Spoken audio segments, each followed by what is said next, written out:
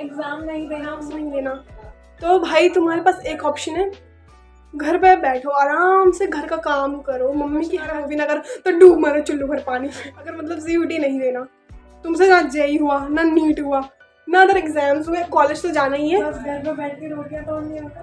इससे और कह रहे हैं कि घर पे बैठ के हमें रोटियां तोड़नी हो, तो अच्छे टॉप मोस्ट कॉलेजेस मिलेंगे, और गंदे मार्क्स आए होंगे, ये गंदी रैंक, तो फिर कॉलेज भी मिलेगा गंदा।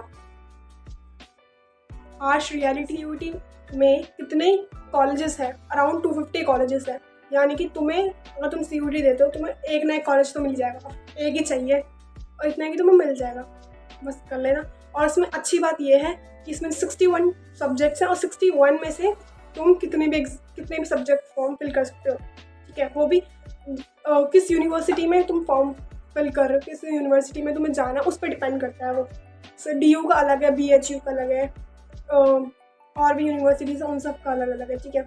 तो 61 में से तुम्हें कितने सब्जेक्ट्स देने होंगे, तो 61 में से सर फीस भी है, जैसे कि 3 सब्जेक्ट्स 5 सब्जेक्ट्स 10 सब्जेक्ट, मैक्सिमम 10 दे सकते हो, 10 से ज़्यादा नहीं। कभी कहो हम 20 दे रहे हैं, हम पूरे 61 के 61 दे देंगे, ऐसा अलाउड नहीं है वहाँ, और 61 के 61 कोई दे भी नहीं सकता। उसमें मैथ्स कुछ तो लैंग्वेज सब्जेक्ट्स है, 21 अराउंड शायद लैंग्वेजेस हैं, इंग्लिश हिंदी मैथ लैंग्वेज थोड़ी है, English Hindi French Germany Japanese, ये सारी कुछ लैंग्वेजेस हैं, ठीक है। उसमें से एक लैंग्वेज कंपलसरी है। एंड फिर उसके बाद लैंग्वेज के बाद हमारा डोमेन वाला पोर्शन है, डोमेन यानी कि हमारे मेन सब्जेक्ट्स जो physics chemistry maths for science students, bio accounts economics history sociology, ये सारे सब्जेक्ट्स हमारे डोमेन में है। एंड फिर डोमेन के बाद हमारा एक है जनरल नॉलेज का टेस्ट है, जनरल एप्टीट्यूड टेस्ट। बच्चे में दिमाग है नहीं है, रटाया बच्चा है या वैसी कुछ है भी इसमें, तो वो उसके लिए है हमारे, ठीक है। तो मैंने जैसे कि बताया कि 250 कॉलेजेस हैं इसमें और टोटल 61 सब्जेक्ट्स हैं, ठीक है। और ये मैंने बताई थी कि इम्पॉर्टेंट क्यों है तुम्हारे लिए, क्योंकि 2022 में कितने बच्चों ने इस एग्ज़ाम को दिया था, 9.2 लाख, कितने ने दिया था, 9.2 लाख स्टूडेंट्स ने। और 2023 में कितने ने दिया, 19.6 लाख। ओ माय गॉड, देख रहे हो कितना बड़ा स्टूडेंट का शिफ्ट हुआ है इस एग्ज़ाम में, क्योंकि उन्हें पता है और एग्ज़ाम्स में हमारा हो ना हो CUET में हो जाएगा, इसीलिए एग्ज़ाम ही कुछ इस तरीके से बनाया गया है जिससे कि हर एक बच्चे को यूनिवर्सिटी या कॉलेज मिल जाए सबको, तो उसी। और ये बहुत अच्छे एग्ज़ाम्स भी है। तो चलो देखते हैं कि इसको कंडक्ट कौन कराता है। इसको कंडक्ट कराता है NTA, जिसको JEE भी कंडक्ट कराता है, नेशनल टेस्टिंग एजेंसी। तो वो एग्ज़ाम्स की खास बात अगर मैं बताऊँ तो इसकी कोई भी एज लिमिट नहीं है, कोई 20 साल का बच्चा भी दे सकता है, 18 का, कोई 30 का, कोई 60 का बच्चा भी दे सकता है, यानी कि बच्चे बूढ़े जवान कोई भी इस एग्ज़ाम्स को दे सकता है, ठीक है। Wow, this fact is amazing. No age limit है इसकी, ठीक है। और बोर्ड कोई सा भी चलेगा, जैसे CBSE बोर्ड है, ICSE बोर्ड है, बिहार बोर्ड, UP बोर्ड, कोई से भी बोर्ड के इस एग्ज़ाम को दे सकते हैं, बोर्ड लिमिट नहीं है, बस वो 12th पास होना चाहिए बच्चा। जो मैंने तुम्हें एग्जाम्पल दिया बूढ़ा, उसकी भी 12th पास होनी चाहिए। जवान बच्चे हम तो 12th पास करके ही देते हैं इस एग्ज़ाम को, बट और कोई भी देना चाहे तो दे सकता है। नो एज लिमिट, कोई एज लिमिट नहीं है। जैसे इसमें यूनिवर्सिटीज़ बहुत सारी मैंने बताया था तुम्हें, DU Delhi university, Banaras Hindu university, Jamia Millia, है ना, एंड सो ऑन। और इन यूनिवर्सिटी में तुम्हें जोन सी पसंद है, मोस्टली दिल्ली वालों को तो दिल्ली यूनिवर्सिटी पसंद होती है, तो वो उसके लिए अप्लाई कर सकते हैं। और एक बात ध्यान रखना, हर यूनिवर्सिटी का अपना अपना क्राइटेरिया होता है। पता चले कि तुमने उनके बिना क्राइटेरिया देखे हुए कोई सा भी सब्जेक्ट भर दिया, फिजिक्स केमिस्ट्री हिस्ट्री, तो उसका कोई कॉम्बिनेशन नहीं बन रहा, फिजिक्स केमिस्ट्री हिस्ट्री, ऐसा कुछ नहीं करना। मतलब सोच समझ के सब्जेक्ट चूज़ कर ले। आई नो ये तो सबको पता ही होगा, सोच समझ के सब्जेक्ट चूज़ करने, ठीक है। अपने अकॉर्डिंग देखना तुम्हारी यूनिवर्सिटी को चाहिए क्या, है ना। उनको क्या बात, उन्हें एक लैंग्वेज चाहिए होगी, मतलब मोस्टली कॉमन क्या है, एक लैंग्वेज, और तो 2 सब्जेक्ट डोमेन, 1 या 2, ये सब में कॉमन है, और एक जनरल टेस्ट। इनके 4 टेस्ट तो कॉमन है ही है, ठीक है। तो अब मैं तुम्हें इसका थोड़ा पैटर्न बता दूँ। पार्ट इसका होगा लैंग्वेज का, जिसमें कि 30 लैंग्वेजेस हैं अप्रॉक्स, 40 लैंग्वेज, 30 में से तुम्हें सिलेक्ट करनी एक लैंग्वेज। मोस्ट कॉमन लैंग्वेज कौन सी है, इंग्लिश। सो मोस्टली बच्चे इंग्लिश को ऑप्ट करेंगे, और इंग्लिश एक्सेप्टेबल लैंग्वेज भी है हर यूनिवर्सिटीज़ में, ठीक है। तुमने अगर संस्कृत भर दी या अगर फ्रेंच, या अगर फ्रेंच में तुम्हें BSc करनी है, MSc करनी है, फ्रेंच में डिग्री लेनी है, तो of course you choose French. So ये तो उनके लिए जिनके लिए English is a common language. For those university you can choose this language, this is very common language for us. So 30 languages हैं, 30 में से 1 चूज़ करना है। ओके, कोई भी चूज़ कर लेगा आसानी से। इसके क्वेश्चंस कितने होंगे? 50 क्वेश्चंस होंगे, ठीक है। 50 में से हमें कितने करने हैं? 40 क्वेश्चन, यानी कि 10 क्वेश्चन को हम छोड़ सकते हैं। तो बताओ सही पे कितने मार्क्स मिलेंगे और गलत पे कितने मिलेंगे? अगर तुम्हारा क्वेश्चन राइट है, बिल्कुल 100% करेक्ट है, तो तुम्हें मिलेंगे 5 marks. Okay, your answer is totally correct, then you got 5 marks. And if your answer is wrong, तुक्का मारा है तुमने। एग्जाम्स में हम ऐसे करते हैं ना, पहली बात ये कंप्यूटर बेस्ड टेस्ट है, ठीक है ना, कंप्यूटर बेस्ड टेस्ट है। और तुम जैसे अगर फिल करो OMR वगैरह, तो हम तुक्का लगा दें, बट इसमें तुक्का लगाने पे ना नेगेटिव मार्किंग है, वो भी कितनी? 1 मार्क्स। तो इसमें तुक्का लगाने का सवाल ही नहीं बनता, ठीक है ना, क्योंकि 1 मार्क्स बच जाएगा अगर हमने तुक्का भिड़ाया तो।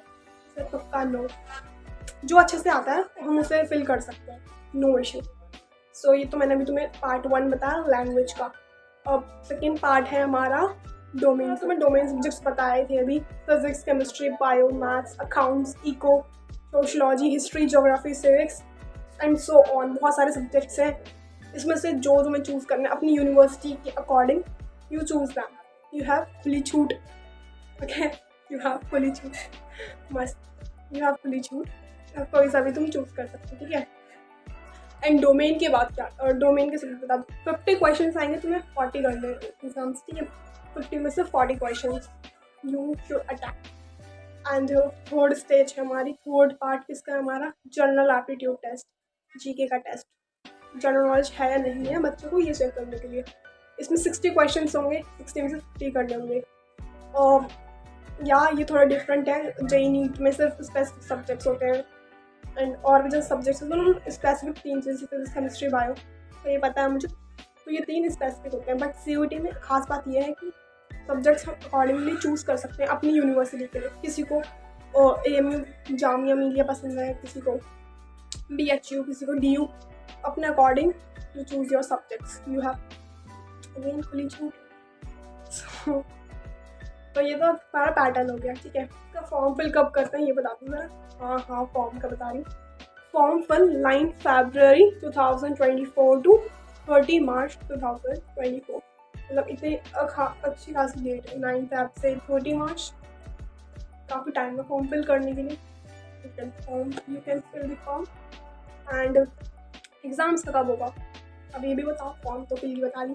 91 मई टू 31 मई, कब से कब तक, डेट याद रखना।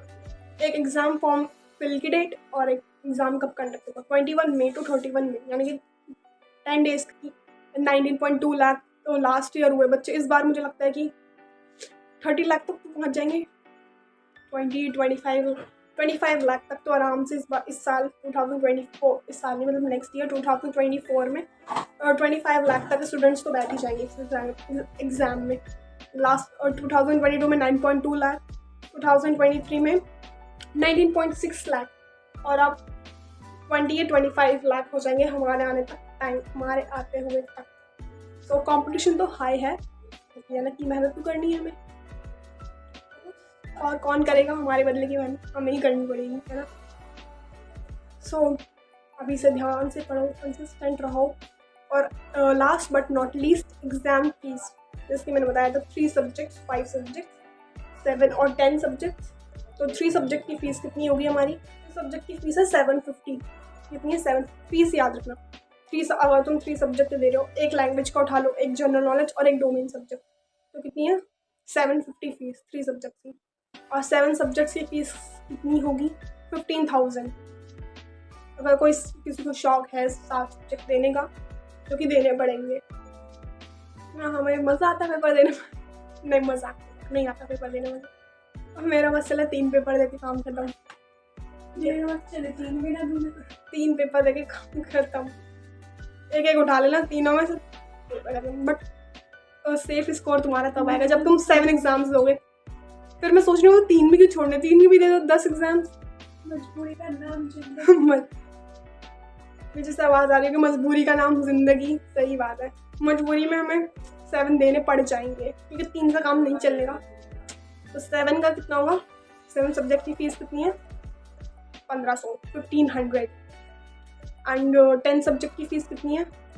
1750 फीस है। क्वेश्चन पुट अप हुआ है आगे से ज़रा कि अगर किसी को 1 भी रुपए फीस नहीं देनी तो उसके लिए सॉल्यूशन ये है, एग्जाम नहीं देना उनको, फीस नहीं देनी है, एग्ज़ाम्स नहीं देना, तो भाई तुम्हारे पास एक ऑप्शन है, घर पे बैठो आराम से, घर का काम करो, मम्मी की हेल्प करो। वो भी ना करना, क्वेश्चन आ रहा वो भी ना कर तो डूब मरो चुल्लू भर पानी। ये अच्छा वो ऑप्शन। भी ना करना। तुम आए क्यों धरती में, अगर वो भी नहीं करना तो ना CUT का एग्ज़ाम देना। कितना अच्छा क्वेश्चन है, बहुतों के मन में क्वेश्चन होगा, अच्छा भाई आ गया, अगर मतलब CUT नहीं देना, तुमसे ना JEE हुआ ना नीट हुआ ना अदर एग्जाम्स हुए, कॉलेज तो जाना ही है, बस घर पे बैठ के रोटियां तोड़नी होता। इससे और कह रहे हैं कि घर पे बैठ के हमें रोटियां तोड़नी हो, तो भाई इसका तो कोई सॉल्यूशन नहीं है, तुम्हें काम तो करना पड़ेगा, विदाउट काम किए तुम्हें कुछ नहीं मिलेगा। आज तो कोई नहीं बचा इससे, वो जो 19.6 लाख बच्चे हैं वो पागल तो है नहीं, उन्होंने दिया और अच्छी अच्छी यूनिवर्सिटीज़ भी मिली है, किसी को DU मिला, किसी को जामिया मिली है, स्कूल यूनिवर्सिटीज़ टॉप क्लास है, और वो तुम्हारी रैंक पे डिसाइड करता है। अगर अच्छे टॉप मोस्ट कॉलेजेस मिलेंगे और गंदे मार्क्स आए होंगे, ये गंदी रैंक, तो फिर कॉलेज में मिलेगा गंदा। हार्श रियलिटी, मार्क्स अकॉर्डिंग तुम्हें कॉलेज अलॉट किए जाएंगे। सो इसीलिए स्टे ट्यून्ड एंड पढ़ते रहो, तब तक के लिए बाय, पढ़ते रहो, पढ़ते रहो, एग्जाम्स को फोड़ना है, ठीक है, बाय बाय।